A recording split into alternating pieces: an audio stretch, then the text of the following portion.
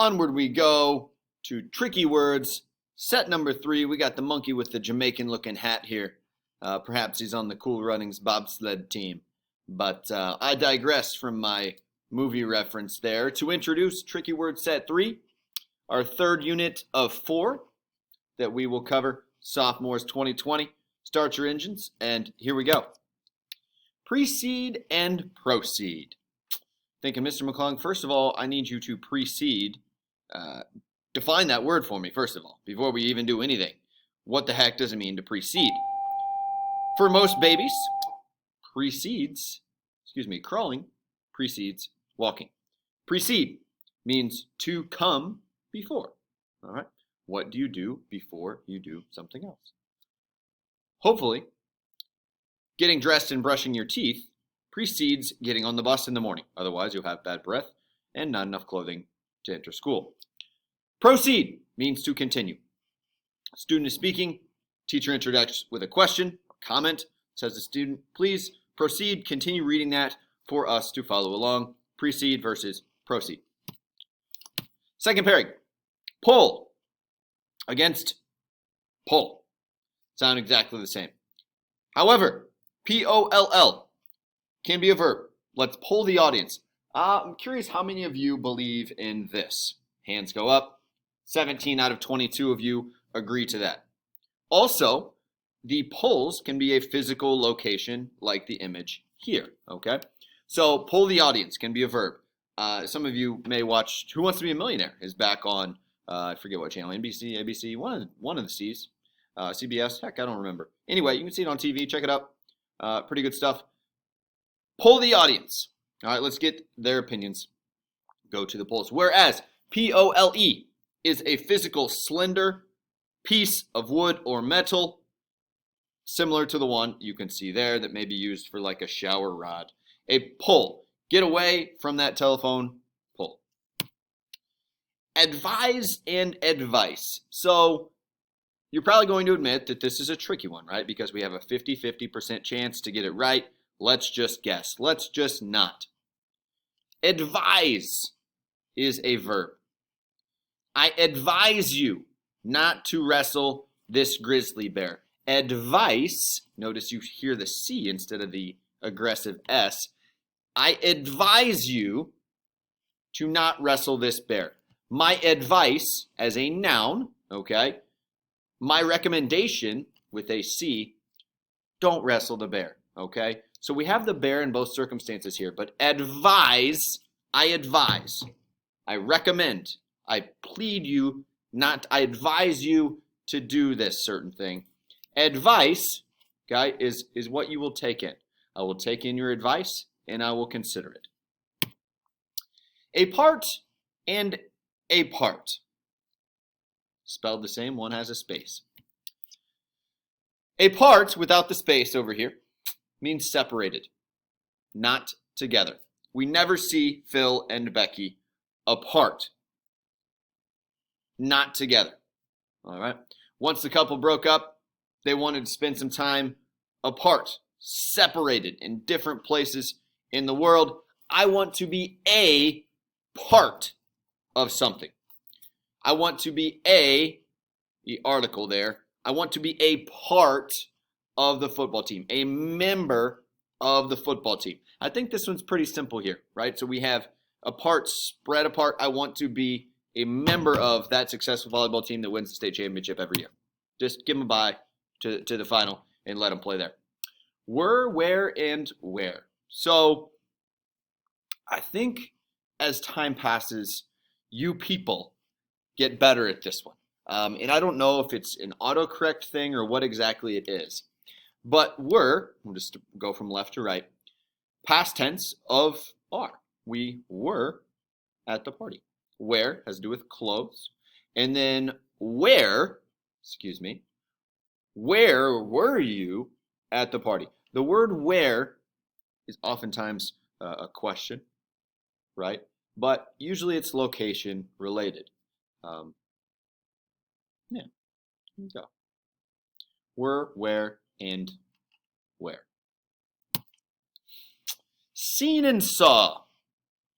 This is another one I've referenced kind of like country speech, if you will.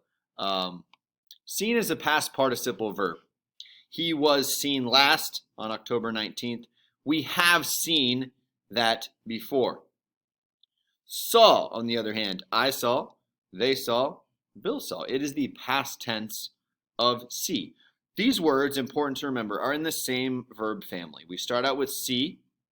Okay. Today, I see my chalkboard. There's nothing on it. Yesterday, I saw my chalkboard. There may have been something on it. In the past, I have seen that before. Generally, the word seen is preceded, right? To go back to a few slides ago, precede means to come before. Generally, seen is preceded by has, had, have, was, or were. 100% of the time, people, and this is where I cannot stress this enough, 100 million gazillion % of the time, the word seen will be preceded by a helping verb to create a compound verb. Examples of incorrect speech here. We seen you over the weekend. I promise you did not. Okay? I seen him over the weekend. You did not. You have to have a helping verb before the word seen, or you are not using it correctly. 0% of the time. You have to have a word helping verb, helping out seen, because it is a past participle verb. We have seen. We have seen. We have seen. He was seen. They were seen. Saw. I saw, they saw, Bill saw, past tense of see. This is one in spoken language. Oftentimes it is confused here. Okay, so help us out with this one. Don't misuse this.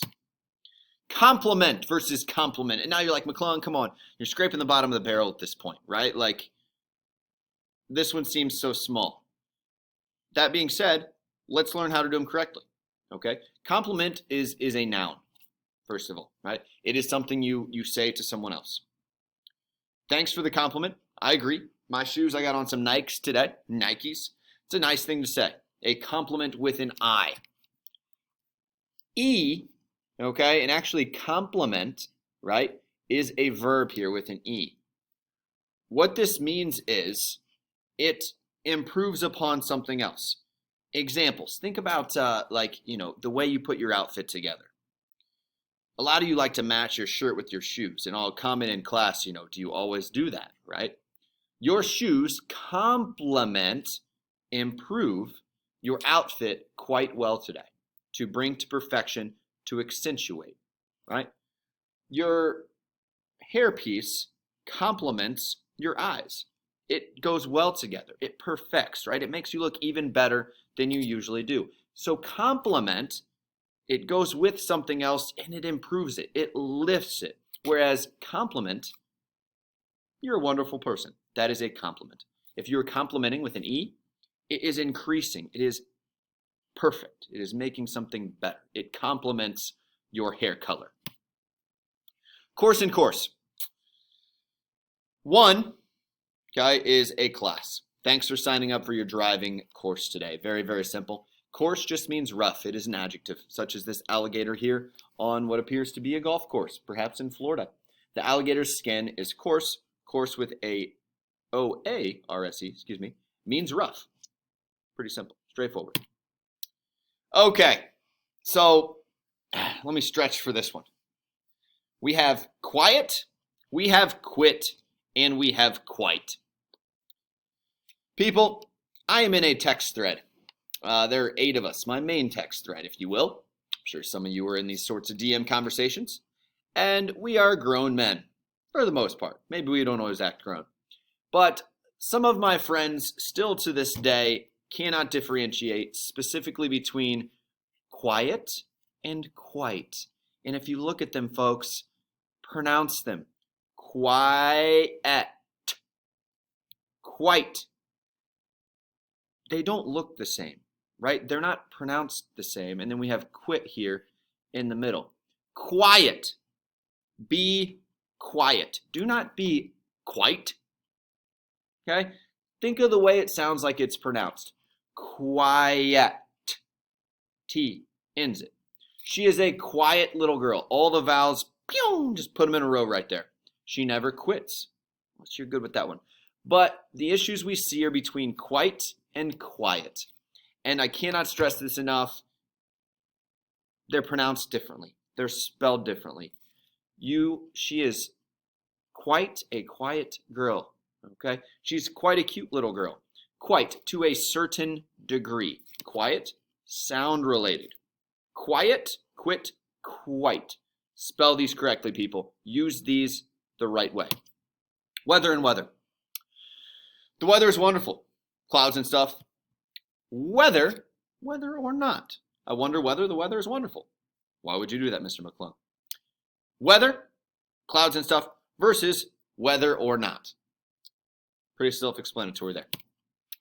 Affect and effect, and you're like, McClung, come on, man.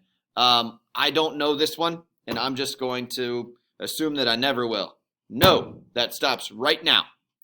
99% of the time, affect with an A is, ready, an action word, A, otherwise known as all at once, verb. Ready? Effect does not start with an A, it starts with an E. It is a noun almost all of the time. What that means for you. Affect with an A, it is a verb. Your behavior affects others. How will you affect those around you? To influence, to cause change. Action, verb. Action, verb. Use it that way. Effect is a noun. Some pills have side effects. What effects, okay, things, consequences, will your behavior have on others? Affect, action, verb. 100% almost of the time. Effect, almost always a noun. Use them that way, people. Use them that way. Further and farther. This one's pretty straightforward. Master this one. Become a master of further and farther. Just so you can tell other people. My dad occasionally will send me an email and he'll say, hey, is it further or farther? I never know. And what I'll say to him, Dad, 1,100,000,000,000% of the time you use farther with an A, it pertains to distance. That is the only time you should use farther. How much farther away is Florida than Ohio? Farther always has to do with distance. I drive the ball farther than some of my friends in that thread I previously discussed. Not all of them. Some of them hit it a long way, longer than I. Further means more. Study it further, okay? Farther, distance, further means more. There we go. Boom, done. Lock it in. See ya.